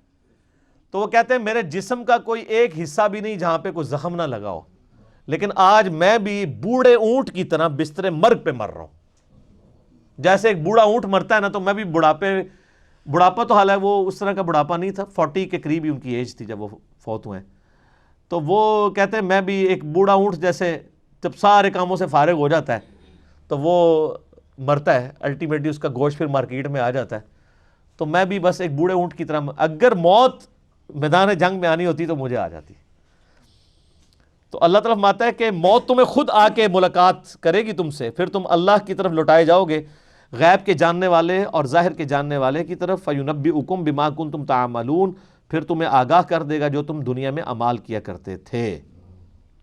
یا ایھا الذین آمنوا اذا نودی للصلاۃ من یوم الجمعہ، اے ایمان والو جب ندا دی جائے جمعے کے دن نماز کے لیے، فاسعوا الی ذکر اللہ وذروا البیع، تو لپکو اللہ کے ذکر کی طرف اور خرید و فروخت ترک کر دو۔ یہ آخری درجہ ہے کہ جب اذان دی جائے، اور اس اذان سے مراد وہ اذان تو یہ بعد میں ایڈ ہوئی ہے نا، اصل تو اذان وہی ہے جو جب خطیب ممبر پہ آتا ہے نا تقریر کرنے کے لیے، تو اس وقت ایک اذان دی جاتی ہے، اس سے پہلے بخاری مسلم میں آتا ہے جو پہنچ جائیں گے ان کو ہی جمعے کا ثواب ملے گا جو صحیح ثواب ہے، باقی والوں کا صرف ٹوٹل پورا ہوگا۔ وہ بخاری مسلم میں جو صبح سویرے آ جائے اسے اونٹ کی قربانی کا ثواب، جو اس کے بعد آئے اسے گائے کی، جو اس کے بعد آئے اس کو بھیڑ، جو اس کے بعد ہے اس کو مرغی صدقہ کرنے، اس کے بعد جو ہے انڈا صدقہ کرنے کا ثواب، اس کے بعد جب خطیب تقریر شروع کرتا ہے تو فرشتے رجسٹر بند کر دیتے ہیں اور وہ تقریر سنتے ہیں، سن کے بیچارے مذاق ہی اٹھاندے ہونے نے آج کل جو تہاڈیاں تقریراں نے کہانیاں، تو یعنی جو واقعی یعنی تقریر ہے۔ تو اس کے بعد جو لوگ آتے ہیں نا ان کو عام ٹوٹل پورا کرنے کا ثواب ملتا ہے۔ تو اسی لیے کہا جا رہا ہے کہ جب اذان ہو جائے تو لپکو، اس کا لفظی مطلب ہے دوڑو، لیکن دوڑنا تو بخاری مسلم میں ہے کہ نماز کے لیے دوڑ نہیں سکتے، مراد یہ کہ فوراً کاروبار زندگی کو ترک کر کے مسجد میں آ جاؤ اور آ کے وہ تقریر سنو۔ جمعے کا اصل مقصد تذکیر اور تقریر ہے، اسی لیے 4 کی بجائے 2 فرض کر دیے گئے ہیں، زور بھی ختم کر کے 2 فرض کر دیے ہیں کہ اصل مقصد ہے لوگوں کی نصیحت والا معاملہ ہو۔ ایک سمجھ لیں مسلمانوں کی ویکلی گیدرنگ ہے، اینول گیدرنگ جو ہے وہ عید ہے، اور انٹرنیشنل گیدرنگ حج ہے، اور یہ یعنی استنجے اور نکاح طلاق کے مسائل بیان کرنے کے لیے جمعے کا جو ہے نا وہ ممبر نہیں ہے، بلکہ پولیٹیکل گیدرنگ ہے مسلمانوں کی، کہ مسلمان پولیٹیکلی ایک جو ہے پیج کے اوپر آئیں۔ اصولاً حکمران وقت کو جمعے کا خطبہ دینا چاہیے، یعنی عمران خان صاحب کو چاہیے کہ شاہ فیصل مسجد میں وہ خطبہ دے، ہاں بالکل ان کی ذمہ داری ہے، مولویوں کی ذمہ داری نہیں ہے۔ اور ایک شہر میں ایک گیدرنگ ہونی چاہیے۔ ایران کے اندر آپ اگر چلے جائیں تو ایک شہر میں ایک ہی جامع مسجد ہوتی ہے، یعنی تہران کے اندر ایک جمعہ ہو رہا ہے اور 15 لاکھ بندہ جمعہ پڑھتا ہے، اور پریزیڈنٹ آف ایران خطبہ دیتے ہیں وہاں پہ، اور وہاں پہ وہ بتاتے ہیں کہ امریکہ یہ سازش کر رہا ہے، یہودی یہ سازش کر رہے ہیں، یہ ٹاپک ڈسکس کرتے ہیں، کیونکہ یہ پولیٹیکلی مسلمانوں کو ایک پیج پہ لانے کے لیے نا۔ اب نبی علیہ السلام نے جو دعوت لانچ کی تھی تو وہ صحابہ کرام کو تیار کرنا تھا قتال کے لیے، جہاد کے لیے۔ مسلم شریف میں آتا ہے کہ نبی علیہ السلام کے جمعے کا خطبہ قرآن کی آیات ہی ہوا کرتی تھی، اور مسلم شریف کی ایک اور حدیث میں آتا ہے سورہ قاف آپ ہر خطبے میں پڑھتے تھے، جو پارہ نمبر 26 میں ہے۔ تو یعنی یہ تذکیر اصل مقصد تھا، تو تذکیر کے لیے مسجد میں آؤ۔ اس سے یہ بھی بات اور کاروبار زندگی ترک کر دو، اس سے یہ بات پتہ چلی کہ جمعے کی چھٹی اسلام میں کوئی نہیں ہے، جمعے والے دن کاروبار چھوڑ کے آپ نے آنا ہے۔ پھر آگے کیا ہے، وذروا البیع، اس وقت تجارت چھوڑ دو، ذالکم خیر لکم، اسی میں تمہاری خیریت ہے، ان کنتم تعلمون، اگر تم جانتے ہو۔ فاذا قضیت الصلاۃ، جب نماز پڑھ چکو، فانتشروا فی الارض، پھر دوبارہ زمین میں پھیل جاؤ، وابتغوا من فضل اللہ، اللہ کا رزق تلاش کرو، فضل تلاش کرو، واذکروا اللہ کثیرا، اور اللہ کی کثرت کے ساتھ یاد کرتے رہو، لعلکم تفلحون، تاکہ تم کامیاب ہو جاؤ۔ تو جمعے سے صرف جمعے والا وہ یعنی آپ سمجھ لیں چھوٹا سا وقفہ ہے، اسی لیے میرا ایک یوٹیوب پہ کلپ ہے جمعے کی چھٹی کا، تو میں نے بتایا جمعے کی چھٹی غیر اسلامی ہے. ویسے تو اس کے جو فائنینشیل بینیفٹس ہیں وہ بہت زیادہ ہیں جمعے کی چھٹی نہ ہونے کے, کیونکہ انٹرنیشنل مارکیٹ تو سنڈے والے دن اور سیٹرڈے کو بند ہوتی ہے, تو وہ لادا. لیکن جو انہوں نے یہاں پہ ہنگامہ کھڑا کیا ہوا ہے مذہبی جماعتوں نے کہ جمعے کی چھٹی کرو, ہاں جی جمعے کی چھٹی کرو تاکہ پورا دن لوگ جمعے والے دن سوئے پڑے رہیں, پورا دن سوئے پڑے رہیں. اللہ کے فضل سے جب سے جمعے کی چھٹی ختم ہوئی ہے, دفتروں میں, کالجز میں, یونیورسٹیز میں لوگوں نے جمعے کی نماز پڑھنی شروع کر دی ہے. پہلے تو سوئے پڑے رہتے تھے, بلکہ ہمیں یاد ہے ہم چھوٹے چھوٹے تھے جب تو وہ جمعرات والے دن رات کوئی VCR لے آتے تھے, پوری رات وہ فلمیں دیکھتے تھے, پورا دن سو کے گزارتے تھے. اور جو شادی بیاہ کی وجہ سے جمعے خراب ہوتے تھے لوگوں کے, وہ علیحدہ سے. اب اللہ کا شکر ہے یہ عذاب ہی ٹل گیا, اب شادی بیاہ ہوتا ہے ہفتہ اتوار کو, جمعہ خراب ہی نہیں ہوتا. اور دفتر میں شرم و شرمی سارے لوگ ہی جمعے کے لیے چلے جاتے ہیں, جنہوں نے اگر آج چھٹی کرے نا وہ آپ کو سوئے ہوئے پڑے ملیں گے. تو یہ جمعے کی چھٹی ختم کرنے کی برکات ہے.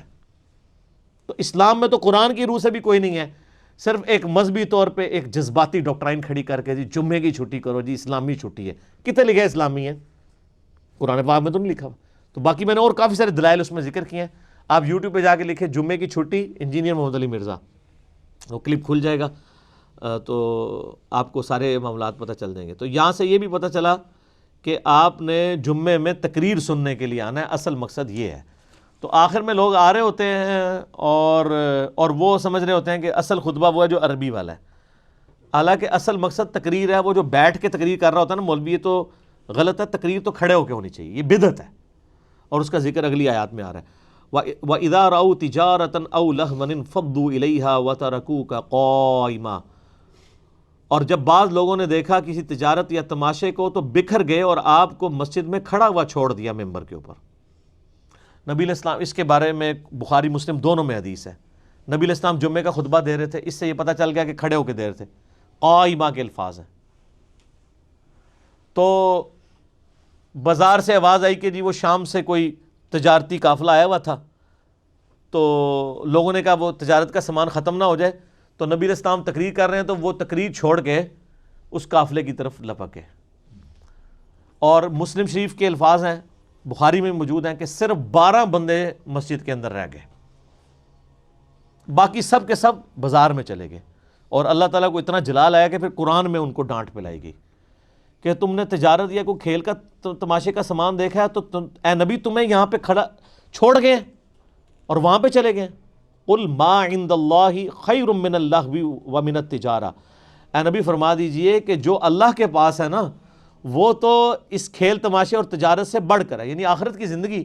واللہ خیر الرازقین, اللہ تعالیٰ سب سے بہتر رزق دینے والا ہے. اب تم مطلب رزق کے چکر کے اندر جو ہے وہ جمعے کی خطبے میں نبی علیہ السلام کو کھڑا چھوڑ چلے گئے ہو. اس سے یہ بات پتہ چلی کہ جمعے کی تقریر کھڑے ہو کے ہونی چاہیے, یہ بیٹھ کے تقریر کرنا بدعت ہے. اگر حنفیوں نے اردو والی تقریر لادا کی ہوئی ہے تو وہ بھی کھڑے ہو کے کرے. اہل حدیث اس مسئلے میں ٹھیک ہیں کہ انہوں نے تقریر وہ 2 ہی خطبے رکھے ہوئے ہیں, عربی اور اردو مکس کرتے ہیں اور وہ کھڑے ہو کے خطبہ کرتے ہیں. تقریر کا مزہ بھی تابع ہے. نبی علیہ السلام سے بیٹھ کے تقریر کرنا کبھی بھی جمعے کے خطبے میں ثابت نہیں, حتیٰ کہ صحیح مسلم میں حدیث ہے. یہ آل امیہ نے یہ بدعت شروع کی تھی, تو ایک صحابی نے دیکھا کہ وہ بیٹھ کے تقریر کر رہا تھا مروان کی اولاد میں سے, تو انہوں نے کہا تیرا ستیہ ناس ہو, تو تباہ و برباد ہو, تو قرآن نہیں پڑھتا. پھر انہوں نے یہ آیت پڑھی وَإِذَا رَأَوْا تِجَارَةً أَوْ لَهْوًا انفَضُّوا إِلَيْهَا وَتَرَكُوكَ قَائِمًا, کہ نبی علیہ السلام کو کھڑا چھوڑ گئے تھے لوگ, تو نبی علیہ السلام تو کھڑے ہو کے خطبہ دیتے تھے جمعے کا, اور تو بیٹھ کے خطبہ دے رہا ہے. ہاں اگر کوئی بیمار ہو یا کوئی یعنی جس کے پاؤں یعنی وزن نہ اس کا اٹھا سکتے ہوں, کوئی بہت موٹاپے والا کوئی ایشو ہو جائے تو وہ ایک علیحدہ بات ہے, ادروائز کھڑے ہو کے خطبہ ہونا چاہیے. اور اسی میں اسی لیے تو صحیح مسلم کے الفاظ ہیں کہ نبی علیہ السلام جب خطبہ دیتے, 2005 نمبر حدیث ہے, آنکھیں سرخ ہو جاتی, آواز بلند ہو جاتی, غصے میں اضافہ ہو جاتا, جیسا کوئی جرنیل اپنی فوج کو تیار کر رہا ہے. تو یہ تقریر کا سٹائل اسی وقت ہوتا ہے جب آپ کھڑے ہو کے تقریر کریں, اس وقت آپ کی آواز بھی بلند ہو جاتی ہے. میری تو خیر بیٹھ کے بھی ہو جاتی ہے, لیکن ساروں کی نہیں ہوتی ہے. جب کھڑا ہوتا ہوں میں وہ اس سے بھی زیادہ بلند ہو جاتی ہے. تو کھڑے ہو کے انسان جو ہے نا, اسی لیے آپ دیکھیں جو قاری حضرات بیٹھ کے تلاوت کر رہے ہوتے ہیں نا, ان کی تلاوت کا مزہ نہیں آتا. وہی قاری جب قرآن نماز میں سناتا ہے نا, وہ اس لیے کہ وہ کھڑے ہو کے پڑھ رہا ہوتا ہے. ہم نے ایک دفعہ ایک قاری صاحب کی لا کے یہاں پہ ریکارڈنگ کی تو آواز ہی نہ نکلے ان کی. میں نے کہا یار نماز پڑھتے ہیں تو لگتا ہے شریم پڑھ رہے ہیں. وہ پھر ایک بھائی نے کہا کہ یار وہ تو نماز تو کھڑے ہو کے پڑھتے ہیں, ان کو کھڑا کریں. کھڑا کیا تو آواز پھر دوبارہ نکل آئی ان کی. ظاہر بیٹھا ہوا ہے بندے کا ایک پیٹ نکلا ہوا ہے تو سا ہی چڑھے گا نا, انہوں کے پڑے گا. کھڑے ہو کے بندہ ذرا ایکٹیو ہوتا ہے. تو جمعے کا خطبہ بھی کھڑے ہو کے. اچھا اس میں تھوڑی سی انجینئرنگ بھی کرتا ہوں اس آیت کے اوپر. ہمارے وہ لوگ جو یہ سمجھتے ہیں کہ قرآن پاک کی ایسی آیات اور ایسی احادیث بیان کرنا صحابہ کرام کی گستاخی ہے کہ جن آیات اور احادیث کے اندر اللہ تعالیٰ نے ان کی کمزوریوں کو ہائی لائٹ کیا ہے, کیونکہ ان کا تو بہت اعلیٰ مرتبہ ہے, اللہ ہائی لائٹ کر سکتا ہے, آپ نہیں کر سکتے. تو یہی بات تو بریلوی بھی کرتے ہیں.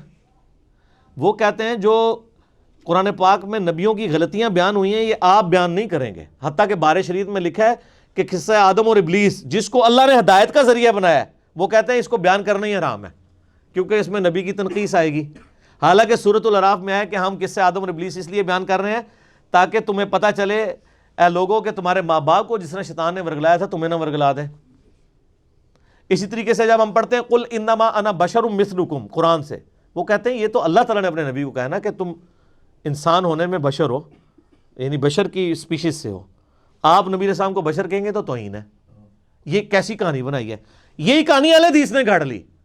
چلو بریلویوں کی کہانی پھر بھی مضبوط تھی کیونکہ وہاں پہ نبی علیہ السلام کی عصمت کا معاملہ تھا. نبی کی عصمت تو دین کا حصہ ہے. نبی کے علاوہ کسی کی بھی عصمت کفر اور اسلام کا مسئلہ نہیں ہو سکتا. کوئی حضرت علی کی توہین کر دے تو وہ کافر تو نہیں ہو جائے گا نا, کوئی حضرت بکر کی توہین کر دے وہ کافر تو نہیں ہوگا, لیکن اگر کوئی نبی علیہ السلام کی توہین کر دے کافر. تو جو بریلویوں کا مقدمہ اس حوالے سے اگر یہ جعلی ڈاکٹرائن مانی جائے زیادہ مضبوط ہے, کیونکہ وہ کہہ رہے ہیں قرآن سے آپ نے کوئی آیت ایسی نہیں پڑھنی جس میں نبی علیہ السلام کے علم غیب کی نفی ہو رہی ہو. وہ کہتے ہیں لوگ تو کہیں گے نبی نو پتہ ہی کچھ نہیں سی. اچھا نبی کو انسان کہیں گے, وہ لوگ کہیں گے نبی بھی عام انسان آر سی. تو وہ کہتے ہیں جی ہم اسی لیے کہتے ہیں یہ آیتیں نہ پڑھیں, آپ آیتیں پڑھیں وما ارسلناک الا رحمۃ للعالمین. دوسری آیتیں تھوڑی ہیں. اس میں پھر اہل حدیث بڑے چڑھتے ہیں, وہ کہتے ہیں نہیں یہ عقیدے کی بات ہے, قرآن میں آئی حدیث میں آئی ہے. حالانکہ اہل حدیث اس سے بھی زیادہ گراوٹ میں چلے گئے. جب ہم نے بخاری مسلم سے آل امیہ کی بدماشیوں کا ذکر شروع کیا, جن لوگوں نے حضرت علی کے ساتھ مخالفتیں کی, جن کے بارے میں نبی علیہ السلام نے خود فرمایا تھا کہ یہ باغی لوگ ہوں گے, دین کو نقصان پہنچائیں گے, میرے اہل بیت کا ساتھ دینا, آپ جس کی ترغیب, وہ کہتے ہیں یہ حدیثیں بیان نہیں کرنی چاہیے, اس میں بعض اصحاب کی تنقیص ہوتی ہے. اور یہاں قرآن میں بھی دیکھیں یہ مدینہ شریف میں ہزاروں صحابہ تھے. یہ سورہ جمعہ بالکل اینڈ پہ نازل ہونے والی صورتوں میں سے. جب آپ جمعہ پڑھا رہے ہیں تو کتنے بندے بخاری مسلم میں آتا رہ گئے؟ اچھا انہوں نے اتنی کہانی کرائی, وہ کہتے ہیں یہ منافقین کے بارے میں نازل ہوئی ہے. اس کا مطلب ہے کہ حضور میں صرف 12 ہی صحابہ تھے, باقی سارے منافق. دیکھیں کہانی پکڑی گی. آپ اگر کہانی کرائیں گے وہ پکڑی جائے گی. یا تو مانیں کہ یہ 12 جو کھڑے رہے وہی مومن تھے, باقی ہزاروں سارے منافق تھے. کہیں گے نہیں تو پھر ہماری والی بات مانیں کہ دنیا کی محبت کا غلبہ ان کے اوپر ہو گیا اور نبی علیہ السلام کو چھوڑ کے چلے گئے. اب وہ کہتے ہیں اس میں صحابہ کی تنقیص ہے, تو یہ تو قرآن میں قیامت تک آیات پڑھی جائیں گی. اور یہ آیات نہ صرف پڑھی جا رہی ہیں, اس کے کانٹیکس میں بخاری مسلم میں حدیث موجود ہیں. نہ صرف حدیث موجود ہیں بلکہ صحابہ کرام بعد میں آل امیہ جنہوں نے بیٹھ کے جمعے کا خطبہ شروع کیا ان کو تان کرتے ہوئے کہتے ہیں کہ دیکھو صحابہ کرام کو اللہ نے ڈانٹ دیا تھا اور تم لوگ بیٹھ کے خطبہ دے رہے ہو کہ جب وہ نبی کو کھڑا چھوڑ گئے تھے. سر یہ انجینئرنگ جو ہے نا یہ یہیں پہ ہی ہوتی ہے. کیوں؟